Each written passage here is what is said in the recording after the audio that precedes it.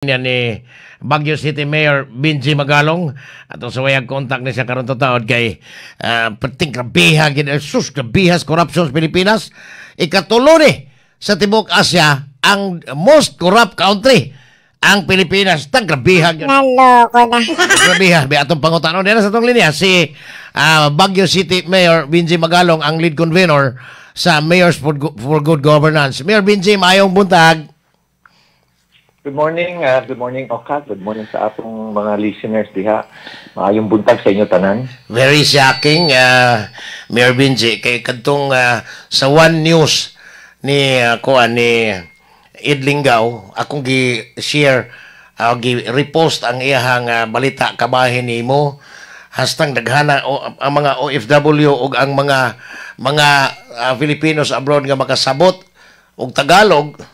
Pirti na shock yun sa imong expose kabahin aning project sa nagkalain-laing government officers, particularmente ang mga congressmen. Sir, isip veteranong intelligence officer sa atong kasundaluhan kaniadto and then eventually nahimong PNP.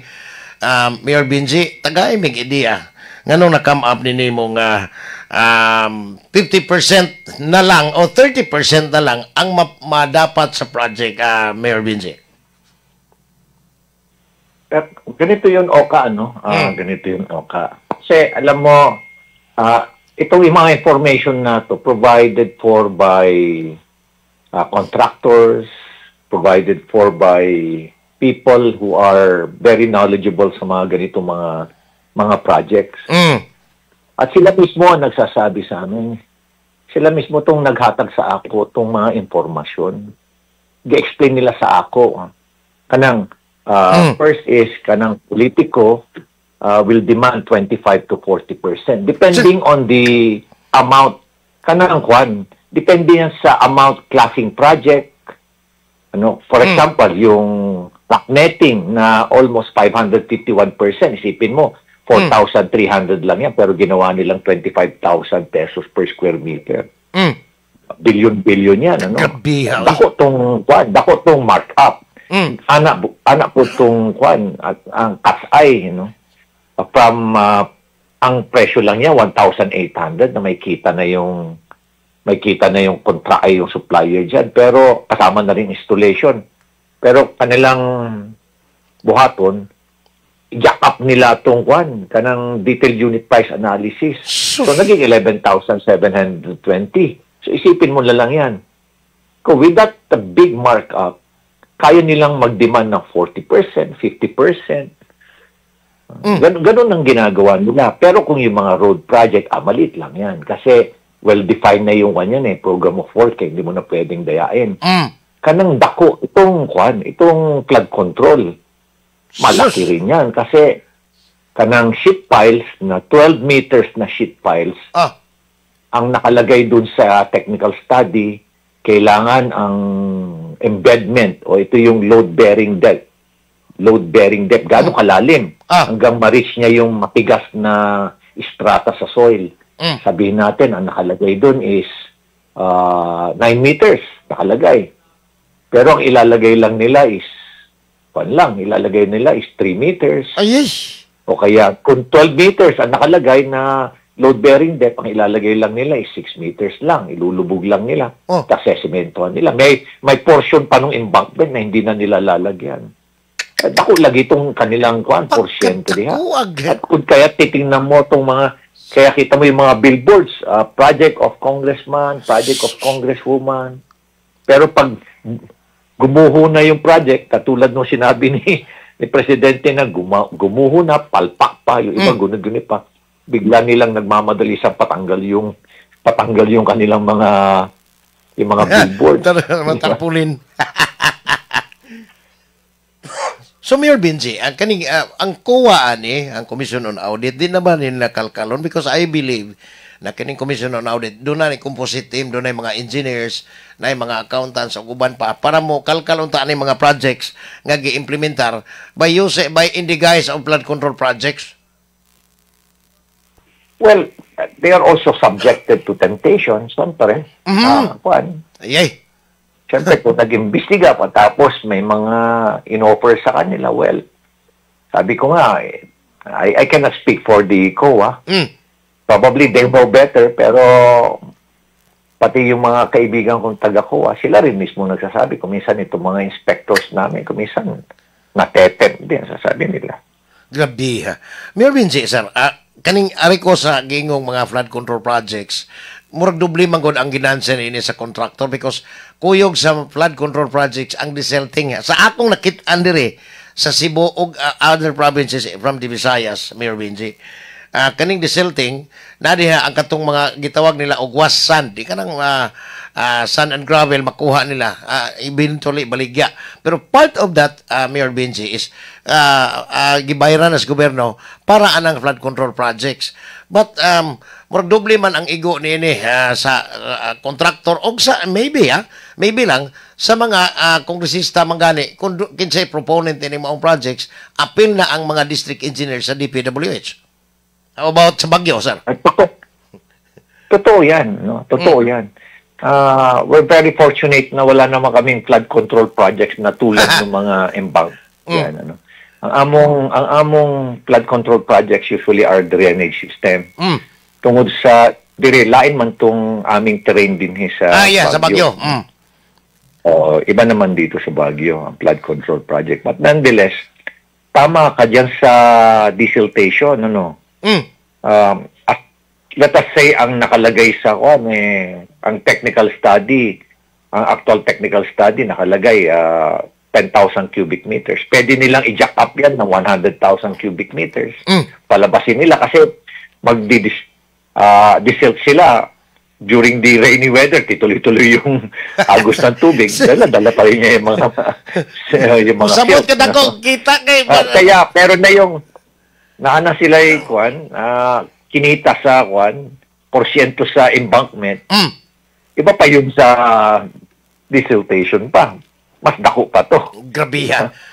Now, Mayor Binji, ari ko, kaning very, murag mangurog ka sa Kalagot kung ari ka sa Cebu, kay halos tanang local government units dire or kanang jurisdiction sa LGU, dugol kaayo ang solar lamppost base sa giingon aning One News nga ang matag usa 157,000 while 35 nga tos 45,000 na usa ni kumpleto na. Dunay ginansya nga 111,000 ang project proponent baka ni nga congressman or mayor or gobernador. 111,000 each, Mayor Binji. Pirting dakuha, sir. Doon na ba kayo nahibaw ani ini? Among those mga na-involved ni ini o kinsa man nga mga suppliers po nga imong na istorya? Well, alam mo, kahapon may kausap nga lang ako kahapon na nakuan din, contractor din sa lamppost. Sabi niya, Mayor, actually mataas pa nga yung estimate mo na 46,000. Nakukuha na lang namin yung mga 34,000, sabi niya 34,000 na lang nakukuha namin yan Pero kung titignan mo yung mga lamppost... sir? Ang supplier, nanay ginansya ng 34,000? Oo, lagi. Naanay ganansya. Oo. Sabi nga nila, meron na. Oo. So, ganun katindi. Pero, bakit wala nag-iimbestiga? Yun ang tanong natin. Glaring yan. Glaring. All you have to do is, alam mo, simple investigation lang yan All you have to do is get the detailed unit price analysis, then get the contract, copy of the contract, and then do your market survey. Malalaman mo na kagad na there's a huge discrepancy. Simple investigation lang yan Hindi nga kailangan ng rocket science. Pero walang gustong mag-imbestiga kasi lahat nakikinabang. Tapos sasabihin pa na wala akong ebidensya. Sabi ko nga, hintayin ko na lang na ipatawag niyo ako. Patawag niyo na lang ako dyan sa Kongreso. O nga, sabi ng mga congressman, sir, ipatawag na mo. Kaya ipakita daw. Even ang Malacanang, si Claire Castro, Attorney Claire Castro, ang spokesman sa Malacanang, naingon siya nga, ipakita ang imong ebidensya. That was the last time, I think last year pa, mga iningon kanana ninyo ang ebidensya. Ipatawag lang ko. So, willing ka, sir, even ang imong mga amigong mga contractors or suppliers? Ay, alam mo, hinihintay ko na lang. Juan. Wow! I'm waiting for the summon. Magkaalaman na, ha? Gabi, ha? Para pagka-Juan na, oo. Mabuti na rin yung ipatawag nila ako para at least maklarify lahat yung mga binabanggit nila na wala akong Juan. Bakit maklarify din lahat yung mga allegations para klaro tanan ba? Tapos transparent. Sus! Lainas Pilipinas og image sa kuan kay niingon si Presidente Bongbong Marcos atong iyang fourth zona nga ang giingon niya mahiya naman kayo kay mga official development assistance murag delisted na ang Pilipinas because of grabing corruption because tungod aning mga ghost projects pagani duna pa daw Mayor Benji. How about sa imong naibawan duna ba kanining na mga giingon mga ghost projects? Sa ngayon, wala pa akong Juan. Wala po kay balo sa mga ghost projects na nasabi ni Presidente, yung guni-guni lang, ano?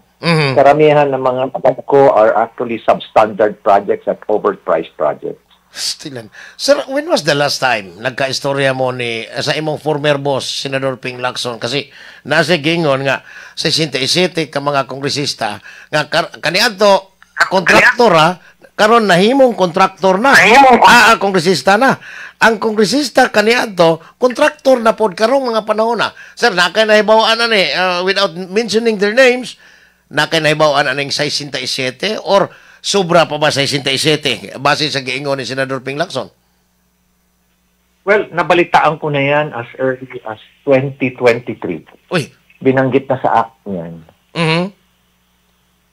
Nabanggit na sa akin yan ng nabanggit na sa akin yan na nung nagkaroon sila ng sort of a survey, nakita nila yan na dami-dami na palang contractor sa atin. So, ang isa sa mga qualification para maging congressman ka, kailangan maging contractor ka.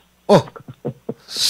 Sir, Mayor Benji, hypothetical question, parang litan, sir, ipatawag ka sa Senado or sa Usbay Balangorana sa House of Representatives, mahimo ba nimong isulti kini kay naa man ni gitawag og executive session, mahimo ba nimong ikasulti ang imong nahimuan ng mga congressmen o nga nahimong kontraktor o nya kadtong kontraktor sa una nahimo pong congressman, if ever? Mahirap din naman siguro mahirap din na Juan.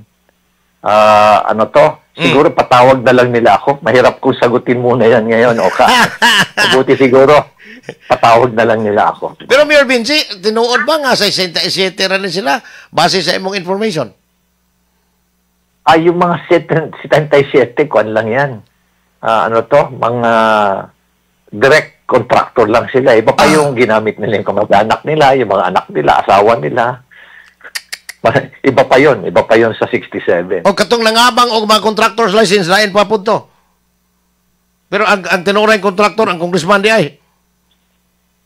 Oo, pa naman na yan. Kumbaga, isa na yan sa cottage industry nila. Grabe ha. Pero hindi pa sila contractor, sila pa yung supplier. Iba pa yun. Iba pa yun. Sa kanila ka pa bibili. With the mayors for good governance, sir, I believe nga, sa the last time nga akong na-interview ka din mga 200 na makabog mayors, nagtuo kong mudaghan pa considering niaging election, nangawaan na po itong ubang mga mayor, na ay mga bagong napili, nga mga idealistic pa. Kaning ni sir nga 200 mayors, ignon na to, i-close to 200 mayors, posible ba ning, kung mo tingog mo tanan, mahimo bang mauwawa santa sa corruption aning mga kongresista o mga dagkong opisyal sa gobyerno karon nga mo inahimong kontraktor, mahimo ba ning posibleng deterrent nga mauwaw sila in public kung ma-expose ang ilang mga ngan? Well, alam mo Juan, yung mayors for good governance around 202 na yan, no? 202. Pero alam mo doon sa 202, marami dyan ang kunwa-kunwari lang. Yeah, pretending. Kasi, just pretending. Kasi, nagkaroon kami ng evaluation, Ah. tabletop pa lang may evaluation, lumalabas na kung talagang ipifilter namin, baka ang maiiwan na lang dyan, mga 77 na lang. Grabihan. Kaya, okay lang na maski na 77, basta alam namin na totoo sila at genuine sila. And then from there, we can slowly build on. Ganun na lang ang gagawin namin. Kasi yung iba, never man lang namin nakita sa mga meetings. Nauho siguro. Pero kung magsalita sila, Mayors for Good Governance. And besides, it's a movement, it's not an organization. Yeah. Kaya it's strictly voluntary. Wala silang binabayaran ng mga fee. In fact, alam mo ba na paano kami nagre-raise ng pera? Nagre-raise kami ng pera yung nagkakaroon kami ng mga dinner sponsorship. O kaya, nagbebenta kami ng t-shirt. Siguro, kanang mga nakita mo itong mga t-shirt na ang nakalagay is, kanang I am a Filipino and I'm for good governance. Nakakita ko sa... Yeah. Tapos yung mga mugs, gihapon itong mga mugs. Ang aming fundraising, so we don't get any money from the mayors. So, Mayor BJ, kaniba sila, di ba ka... because ang imong by facial expression pa lang makaila ka because you're very veteran nga intelligence officer. Makitan ba nimo sa ilang facial expressions during your meeting sa Mayors for Good Governance nga mukhang guilty na ang mga mayors nga katong so pero ding alam mo kasi I studied sa Federal Bureau of Investigation, National Academy, At ang akong mga subjects dito, 4 ka subjects of courses. One is forensics. Second is law enforcement management. Third is crime analysis. At ang isang course ko doon sa forensics, may 2 feature yung course ko doon Yung body language and statement analysis. Kaya kahit papaano sa mga facial, sa body language, nababasa mo kung totoo ba itong tao na ito, hindi. Kasi yung pagkakalita niyo. Mukhang guilty na yun, sir. Pero, I don't know, that was the time, when was the time, sir, nga, na-meet ni mo ni sila, nga mukhang guilty na, the following meeting sa Mayors for Good Governance, wala mo apel? Well, the last na meeting namin was before the matagal na rin. Before the elections, nag-meeting kami. Tapos naging busy na lahat. Pero yung convener, nag-meet naman kami nila. Mayor Vico, Mayor the best. Joy, tapos closely in touch with the other conveners, sila Mayor Ronald, sila Romel Arnado, Mayor Iperi Mulyo. Amigo na to, Tapos sila Mayor Mastig. Naman kami, on task naman kami lagi dun sa aming convener group. Si Mayor Romel Arnado is from Cebu, pero mayor siya dito sa Kauswagan, Lanao del Norte, I think, del Sur. Pero time to time ako sa siyang ma-interview tungod sa iyang advocacy on agriculture gamit ang organic fertilizer. So, So, Mayor Benji, kanitong pagtukod ninyo, ikaw maging nag-una. Before adto, doon na ba yung mga contractors, suppliers nga niduol mo nga Mayor Benji, katong imuhang mayor nga gisundan sa una, ingon pod, gusto ba kag ingon, maulang gihapon atong i-follow nga mga incentives para sa mayor? Doon na ba niduol mo, Mayor Benji? And after that, nga na-expose na napa ba niduol? Yeah, come again, Juan. You're coming out. You're breaking up. Katong before sa kanabang Mayors for Good Governance nga na create ni pinaagi nimo. Doon na ba before adto, doon na mga contractors, suppliers ug uban pang mga kanang gustong mo kita diha sa Baguio City. Doon na ba maniduol nimo? At panahon na nga, ingong Mayor Benji, kantong ni aging mayor, imong gisundan, maone iyang incentives pila ka percent, Unya after nga na-create na ning inyong advocacy, doon na pabapawin ni Dool ug usab.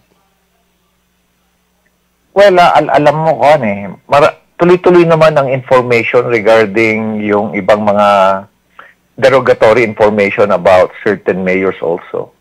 Meron din marami rin kami natatanggap. Meron pa nga nagtatanong na bakit nyo tinanggap yan? Ganito yan. Stilan. Oo. Yun, alam mo kasi when we started the Good Mayors with Good Governance, ang among assumption dito is that people change. People change. So, we did not do so much filtering. Kumbaga, inaccept namin sila after they signed the manifesto. So, sabi nga natin, nagbabago naman ang tao. Pero, unfortunately, ang hirap palang baguhin yung tao pag nakatikim na. Kaya nga, lagi kong binabanggit, lagi kong binabanggit yung MAP, di ba? National Expenditure Program. Hindi, MAP. Mike Alpha Papa, lagi kong binabanggit. MAP, yeah. Oo. Kay Baluka kung sa may map. Unsa na, Mayor? Masarap ang pera. Grabe ha. With that, sir, with Mayor Vico, Mayor Romel, o uban pa. Sir, kamo naglaom pa bagyod? Kami nga nagtanaw sa inyohang mga binuhatan. Kami, daghan kayong ni saludo, pero dili makapausab kung ang tao dili mo alsa. Kamo sa naglaom ba mo with this government and the succeeding leaders in our country makapausab aning hitsura sa atong nasod nga pertingil ara na og pintal ngadto sa international community? Well, alam mo, nakakalungkot na rin isipin na I was talking to a prominent businessman. And one of his comment was that when he was inviting kanang mga businessmen from the other ASEAN countries, kanilang tubag sa iya, why are we going to invest in your country? Sabi niya, there's too much corruption. The next question nila is, what is happening to your country? Lagi itong kanilang tubag sa iya. Kaya, yun ang tinanong sa kanya, kaya nalungkot siya Sabi niya, nalungkot siya talaga. Yun na yung impression sa country natin. Corruption na. Luya, Luya, good. With that, Mayor Benji, sir, para sa future generations pa, I hope dili mo mapulaan, muundang sa inyong advocacy. Kami nagsuporta, kaming sakom sa media, nagsuporta ninyo. From time to time, manawag may, I hope di sa kapulaan og tubag nining inyong advocacy kay basin pa makapausab ni for the benefit sa atong future generations, Mayor Benji. Thank you, Kayo, Oka. That's exactly the intent and the objective of our movement, to create a legacy wherein something that we can pass on to the next generation. So that 10 years, 15 years, 20 years from now, they won't suffer. Kaya ginagawa natin ito. May haluyas Pilipinas. Anyway, Mayor Benji, salamat kayo kay ang imong pagkabisaya. Pag yun nimo mawalimti since the time nga ba very young lieutenant sa I think PC man kakaniadto, Mayor Benji, assigned different parts of Mindanao and the Bisaya. So, pag mo kalimti ang Bisaya, Mayor Benji? Every now and then, na ako'y kwan din meron ko kailangan kinahanglan. I have to practice and I have to talk to some Visayas. So I continue to engage my friends in Mindanao. Dili ko na-assign sa Visayas. Mindanao? Lagi ko na-assign sa Mindanao. I see. Wow, Mindanao. Mayor Benji, salamat kayo. Time to time, manawag minimo. Kaya nag-follow, naghandag-handag yung nag-follow sa imuhang page para mahibawan ang mahibaw sila. Particularmente, sir, ang mga OFW, mga Filipino migrants, nag-follow na. Tungkol kaya ako silang giawhag. Mga tigpaminaw, nga tanawan ng kang Mayor Benji, o unsa ni, kabuang ni atong mga opisyal sa gobyerno na naglingkod karon. Sir, salamat kayo. Maayong buntag nimo. Salamat tayo. Kaya na. Ayo. Ayaw, Mayor Benji. Bye. May buntag. Si Baguio City Mayor Benji Magalong, kani hipi sa Criminal Investigation and Detection Group nationwide, o niya, perti ka veteranong iligid ka ito sa mga investigasyon